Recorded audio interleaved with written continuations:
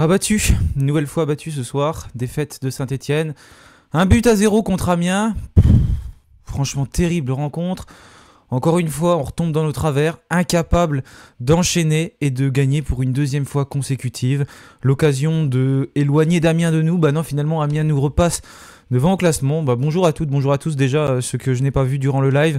Merci pour votre fidélité sur la chaîne malgré le fait que Saint-Etienne s'incline une nouvelle fois contre Amiens. Donc 1-0, but pris à la 42e minute au terme d'un match ennuyant, un match soporifique et puis surtout assez médiocre de la part de l'AS Saint-Etienne. Vous avez été nombreux avec moi sur le live du match et on était un peu tous dépités après cette rencontre. Autant durant la première mi-temps, j'ai vu quelques petites notions intéressantes, mais petit à petit, plus le match reprogressait, plus c'était compliqué. En fait, surtout après le but marqué par les Amiénois, et ça nous a complètement refroidi, ce qui a fait que l'AS Saint-Etienne n'a pas réussi tout simplement ensuite à inverser la tendance. Olivier Dalloglio a essayé de faire des changements, on y reviendra tout à l'heure lorsqu'on va commenter le match.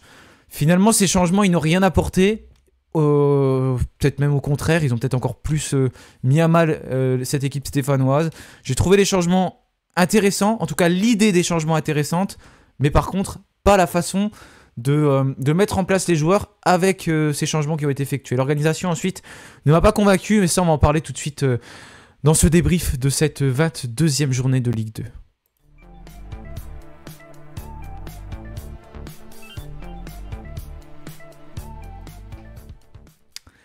Incapable d'enchaîner, oui, incapable d'enchaîner, c'est ce que j'ai mis sur ma miniature, et c'est la vérité, Saint-Etienne n'arrive pas du tout à enchaîner. Là, on fait un match plutôt cohérent contre Pau, c'est plutôt intéressant, voilà, j'en ai parlé durant le débrief, j'étais satisfait de ce que je voyais, des intervalles qu'on trouvait, etc. Et on a l'impression que, hop, du jour au lendemain, on oublie tout et on fait autre chose. Là, contre Amiens, c'était pas du tout le cas, et pourtant, Amiens n'était pas une équipe extraordinaire à Geoffroy Guichard, c'est pas une équipe qui a été formidable, mais une nouvelle fois, à domicile, on a du mal à faire le jeu, on a du mal à produire un contenu intéressant et surtout à se montrer dangereux, parce que Régis Gürtner n'a pas vraiment été mis en difficulté par les Stéphanois, malgré le fait que c'est peut-être nous qui avons eu le plus d'occasions sur l'ensemble du match, mais Régis Gürtner ne s'est pas non plus illustré par des arrêts extraordinaires. Voilà, donc il y a la composition stéphanoise d'aligner, je vous l'affiche, c'est un 4-3-3, un 4-1-4-1, à peu près comme vous pouvez le voir. Ce qui me saute aux yeux direct dans cette composition, c'est qu'il n'y a pas eu beaucoup de changements par rapport au match contre Pau. Donc tu te dis, tu fais une rencontre cohérente contre Pau, contre Amiens, globalement tu dois réaliser quelque chose qui est similaire, mais ça n'est pas le cas en fait, c'est pas la même chose. Ça reste pareil en défense, t'as Gauthier Larsonneur, Denis Sapia, Briançon, Nadé, Masson. J'ai bien aimé la charnière centrale Briançon-Nadé, franchement ça a été costaud, même Briançon a fait 2-3 beaux retours à un moment donné, il nous sauve du but du 2-0 quand Mafuta a failli tromper Gauthier Larsonneur, il fait un superbe tacle. Globalement les deux défenseurs se sont bien entendus, c'est pas à eux que j'ai envie de reprocher le plus de choses, parce que cette défense elle était cohérente. Après sur les côtés ça a été plus compliqué avec Denis Sapia qu'on a beaucoup moins vu, même offensivement on l'a pas vu, défensivement c'est pareil. Je disais déjà en début de match, je trouvais qu'il était très très loin de son vis-à-vis en défense, notamment du buteur Maxime Dokuto, et ça a d'ailleurs été le cas sur le but à la 42e minute, et c'était un peu le cas globalement durant cette rencontre. Il a un peu joué à l'envers, voilà, on a eu du mal à avoir cette entente entre Denis Sapia et Dylan Chambaud sur ce match aujourd'hui, et puis de l'autre côté, Masson qui avait plutôt bien débuté la rencontre et qui s'est un peu éteint au fil du match, avec un Mathieu Cafaro également qui a vécu un match très très compliqué, qui a eu du mal à faire la différence, qui a très peu proposé offensivement, qui a peu centré, bref, pas satisfait de la part des latéraux stéphanois, et ça se résume de toute façon, ça se voit de toute façon sur l'ensemble de la rencontre. Au milieu de terrain, on avait Florian Tardieu, donc là pour l'instant on voit il n'y a pas vraiment de changement, hein. Le seul changement c'est Cafaro qui a donc fait son retour, lui qui était malade et qui a donc pu être titulaire à la place de Benjamin Bouchouari sur le côté, mais Benjamin Bouchouari est au milieu de terrain avec Aymen Moefek, mais là par contre, là ça a été lamentable. Surtout la prestation de Bouchouari qui a touché 20 ballons en première mi-temps pour un milieu de terrain qui est censé te proposer des choses, qui est censé créer du jeu. On l'a pas trouvé, Benjamin Bouchouari. Ça a été inadmissible comme match. Franchement, j'ai pas du tout apprécié. Je sais qu'il y a beaucoup de personnes qui défendent Bouchouari, mais là, quand tu vois le match, tu peux pas le défendre. Pareil pour Mouefek, ça a été hyper compliqué pour lui. Et Florent Tardieu, je vais vous dire, il avait touché 60 ballons en première mi-temps, pendant que Benjamin Bouchouari avait touché, je crois, 23 et Mouefek à peu près 27. Eux deux, ils avaient touché autant de ballons que tout simplement, même pas autant de ballons quasiment que Florent Tardieu à lui tout seul, ce qui montre les difficultés stéphanoises au milieu de terrain pour gagner des duels, pour créer du jeu et pour se projeter vers l'avant, parce que ça a été compliqué, tout simplement, durant la première mi-temps et durant la seconde mi-temps également. Je dis pas que les entrants ont fait mieux, mais en tout cas, Olivier Dalloglio a d'ailleurs vu la même chose que moi, il a fait sortir Mouefek et Bouchouari en première mi-temps, ce qui était, à la fin de la première mi-temps, ce qui était logique, parce qu'il fallait faire des changements. Donc Dylan Chambaud sur le côté, qui est assez à l'aise techniquement, mais globalement ça a été compliqué aussi pour trouver ses partenaires.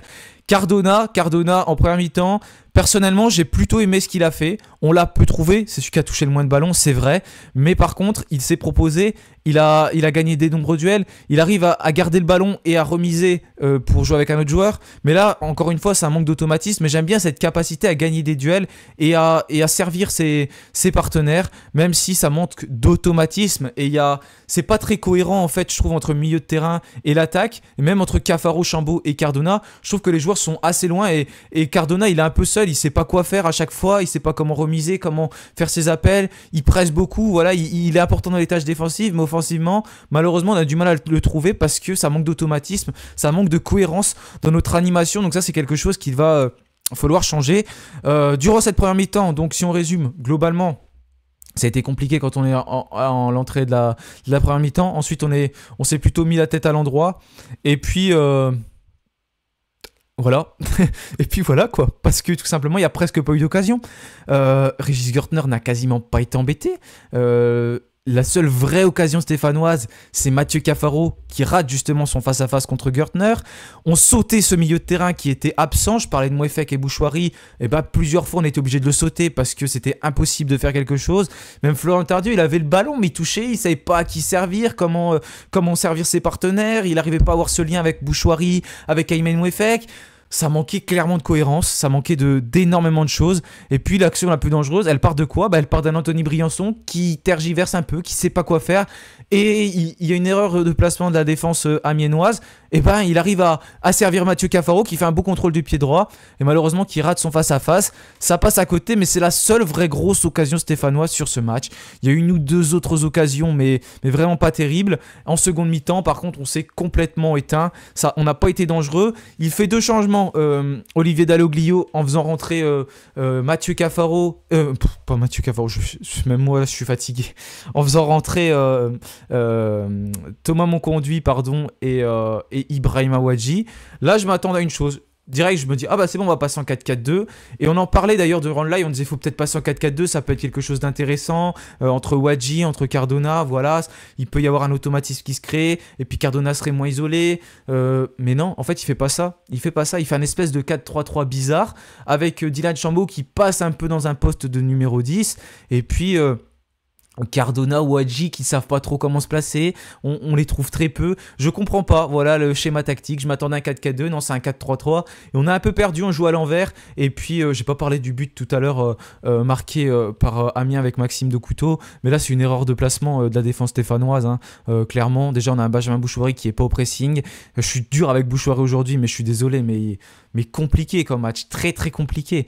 Et puis ensuite Denis Sapia il est pas mieux, qui est encore plus loin. Et puis en plus c'est pas forcément facile à marquer son but parce qu'il est un peu excentré, Maxime de Couteau, mais il arrive à la mettre assez forte. Et Gauthier Larsonneur ne peut rien faire sur cette action, voilà. Et puis en seconde mi-temps, on produit rien, il y a les changements, on tente des choses, peu importe qui c'est qui rentre, et en fait on est assez déçu de la prestation stéphanoise dans l'ensemble. On a donc premier changement en 46e avec Monconduit Wadji, ensuite on attend la 71e pour faire entrer Fomba et Mboukou qui a encore eu du temps de jeu, et d'ailleurs Mboukou qui a eu vraiment des difficultés, qui a eu du mal, on l'a peu trouvé. Mboukou, j'ai pas forcément apprécié son entrée en jeu. 12 ballons touchés par Mboukou qui joue un peu sur ce côté droit à la place de Cardona. Pareil, il sait pas trop comment se placer. Il a pas réussi à faire la différence. Et puis Et puis voilà, après on remplace Masson par Petro. On tente des choses, mais globalement c'est très faible, comme d'habitude, et ça montre les incapacités, les incohérences stéphanoises, l'incapacité à produire du jeu, l'incapacité à enchaîner les rencontres et à être cohérent, à avoir des automatismes, à jouer rapidement, à se projeter. D'ailleurs, il est un peu énervé, Olivier Dalloglio, en premier mi-temps, parce qu'on jouait pas assez rapidement. Et c'est vrai, on est incapable de produire du jeu rapide. Et c'est là qu'on voit qu'on n'arrive pas à enchaîner 2 matchs consécutifs de façon correcte, face encore une fois à une équipe d'Amiens qui n'était pourtant pas une équipe hyper intéressante sur ce match, mais qui s'est finalement imposée. Oui, il y aurait pu y avoir un penalty sifflé pour Saint-Etienne sur une faute de bon conduit, mais encore une fois, il faut arrêter de se lamenter sur ce sort-là, parce qu'il y aurait également pu avoir un but marqué par Saint-Etienne si on avait joué mieux, si on avait joué plus rapidement, si on avait essayé de produire quelque chose, mais ça n'a pas été le cas. On ne mérite pas aujourd'hui d'égaliser parce qu'on n'a pas poussé. En deuxième mi-temps, on n'a pas poussé. Il y a eu quelques petites occasions, quelques petites situations plutôt, sans jamais mettre en danger la défense adverse. Donc c'est terrible, quoi. C'est terrible. On voit que ça avance, mais on ne progresse pas. Il y a toujours autant d'incohérences dans le jeu de Saint-Etienne. On passe d'une bonne prestation à une prestation médiocre, et c'est le cas de le dire, c'est la vérité. Aujourd'hui, on va replonger encore au classement. On peut retourner à cette 11e place parce qu'il y a des matchs qui vont se dérouler ce soir. Des matchs qu'il va falloir surveiller, bien entendu. Il y a Ajaccio qui va affronter Concarneau, Annecy Pau, Auxerre Guingamp, Caen 3, Paris Dunkerque, QRM Grenoble, Rodez Laval et Valenciennes Bastia. Et on peut tout simplement replonger. Mais vraiment, je suis dégoûté de ce que je vois des prestations. Et au bout d'un moment, même si on avait égalisé, j'aurais pas été content parce que il faut arrêter de baisser notre niveau d'exigence. On satisfait de peu de choses, je trouve. Et là, on a perdu et c'est bien fait pour nous parce qu'on mérite pas de faire mieux. Et surtout à domicile, on est incapable de faire quelque chose de cohérent. Je vais essayer de trouver le classement à domicile. Là, on va faire ça en direct parce que ça va pas. On peut pas faire des prestations comme ça. Alors, classement de domicile. Regarde, on va regarder en direct tous ensemble. À domicile, Saint-Etienne est 13e au classement avec 15 points. Regardez, c'est lamentable. Tu dois faire... Surtout quand tu as Geoffroy Guichard. Mince, tu as Geoffroy Guichard, c'est le COPS, c'est les COPS qui poussent, c'est une superbe ambiance et tout. Tu dois être galvanisé et tu es incapable de faire un jeu correct. Non, c'est pas normal. Et franchement, il y a de quoi être dégoûté après des prestations aussi lamentables de la part des Stéphanois. Du coup, petit coup d'œil au classement pour conclure. Parce que le classement, voilà, hein, on a perdu une place. On est passé 7e pour l'instant parce qu'Amiens nous passe devant avec 34 points. Mais si vous regardez, il y a Laval qui compte 36 points. Potentiellement, Laval qui peut gagner et passer à 39 points. Donc, va falloir surveiller parce qu'il y a un gros match entre Laval et Rodez. Mais Saint-Etienne qui peut également potentiellement repasser même 12e, même pas 11e. Non, mais c'est tellement serré ce championnat, mais à la fois, si on gagne pas, on perd des places. Encore une fois, c'est tellement serré, tout peut se faire, ça c'est la vérité. Mais ce qui se passe également, il faut pas oublier qu'il y a quelques journées, on était dans le top 3, et là on perd des places plus qu'on en gagne. Donc plus les journées passent, plus on perd des places, plus on s'éloigne d'une montée en Ligue 1.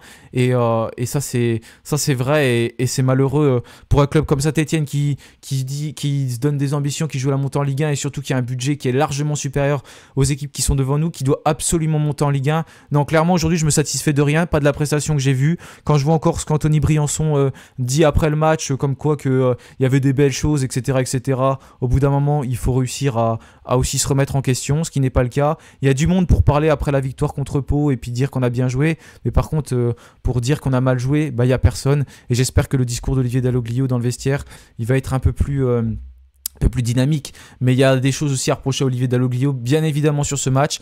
Par rapport au système de jeu, je parlais du 4-4-2 que je n'ai pas vu et que j'aurais bien aimé voir. J'ai pas compris l'organisation en seconde mi-temps. Les autres rangs qui n'ont rien apporté et on a du mal tout simplement face au plan de jeu adverse, surtout quand on joue à domicile et on n'a pas le droit de perdre contre Amiens, malgré une nouvelle fois des statistiques qui sont en faveur de Saint-Etienne. Mais comme souvent, l'objectif, bien évidemment, c'est de s'imposer. Et c'est pas d'avoir les statistiques en sa faveur, forcément. Par exemple, Saint-Etienne, c'est 18 tirs, ok, 2 tirs cadrés. Amiens, c'est 3 tirs. Vous allez dire, ah bah oui, ils ont tiré 6 fois moins que nous, mais ils ont cadré plus. 3 tirs cadrés pour Amiens. Voilà. Quand tu vois ça, tu es obligé de t'arrêter là. Et puis, faut travailler des choses. Ça m'énerve. C'est inadmissible de jouer de cette façon à Geoffroy Guichard et de jouer de cette façon, de toute façon, tout court. Merci à tous d'avoir suivi ce débrief. Malgré tout, on va essayer de passer un bon week-end. Et puis, on va suivre les autres rencontres de cette 22e journée de Ligue 2. Mais je suis vraiment dépité. Je suis triste après cette nouvelle prestation stéphanoise et ce que les joueurs ont montré sur le terrain. Parce que j'ai pas parlé du pressing initié. Mais franchement, j'ai pas vu un joueur initier un terrible pressing en première et en deuxième mi-temps. Mais j'ai pas envie de me répéter de débrief en débrief. Parce que c'est embêtant, quoi, ce qu'on voit sur le terrain. Merci à tous quand même d'avoir suivi ce débrief. N'oubliez pas de vous abonner pour me soutenir, de liker la vidéo également. Et puis, bien évidemment, on reste quand même sur ce petit mot pour terminer. Allez les Verts, allez, salut à tous.